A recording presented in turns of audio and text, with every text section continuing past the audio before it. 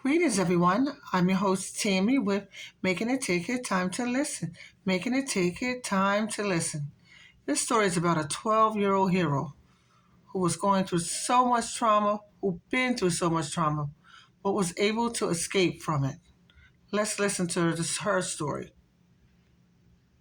Received a call of a young juvenile female walking in the roadway in the area of 3547 County Road 34. I think most of you have been to the scene. During the initial investigation, from the information that we received and collected, we were able to arrest Jose Pauline Pascal Reyes of this same address, 3547 County Road 34. For kidnapping in the first degree. And he was arrested in Auburn on Somerville Circle by the Marshal Service and the Auburn Police Department. During this investigation, overnight investigation, processing the residence, we have located 2 decomposed bodies that were found and currently at the Department of Forensic Sciences pending the identification. At this time, our district attorney, Mr. Jeremy Durr, will make some additional comments in regards to the charges. Thanks, Sheriff. Thank y'all for coming out. At this time, we're looking at multiple counts of capital murder, along with kidnapping in the first degree. And of course, once we continue and finish our investigation, I feel certain that several more charges will follow. Thank you. We will entertain a few questions in regards to this. Is a very fluid investigation. Things are changing, and we do not want to jeopardize the identity of our juvenile until we get other information from forensic sciences that have been limited in giving you that information. Are you all releasing the relation between that 12-year-old and the person in custody? And do you all know anything regarding your relationship? We're not at that stage to be able to release that information, the kinship or relationship. We do not want to infringe on what's going on behind the scenes. Thank you.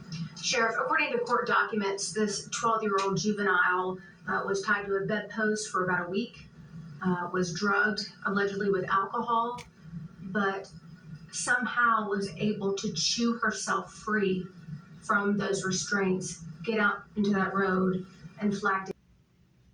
Did you hear that? That 12-year-old was tied to the bedpost for 1 week and was able to chew through the rope with her braces. And that's willpower. That is so much willpower, even though she was still going through trauma. Let's continue to listen. Flag down help. Can you confirm that information that is in the court documents? And what do you want to say about this 12-year-old's perseverance, sir? First of all, what stands in the affidavit, we stand by that affidavit to be able to procure the kidnapping warrants. And I would say she's a hero, and it's one of those things that we want to get into later. We gave her medical attention, and she's safe now, and so we want to keep her that way. And that's basically all I can actually say. Have you been able to locate any of her family members? We're not going to get into that right now. He said that you expected additional charges. Is that because you expect to find additional bodies, or have you found additional bodies besides the 2 that you just mentioned? I will say that we expect additional charges just based on interviewing all participants. That we feel that more charges will follow these. And there was, as far as I know, there was no missing persons report out for this juvenile. Am I mistaken in that, or was nobody really looking for her? Now, the first contact we had with her was yesterday morning when a pacifier was able to stop with her, and they reported to us, so she was not considered a missing person. Sheriff, the 2 decomposing bodies, do you know how long they had been there? What location of the mobile home were they found? And do you know if they are related to the little girl?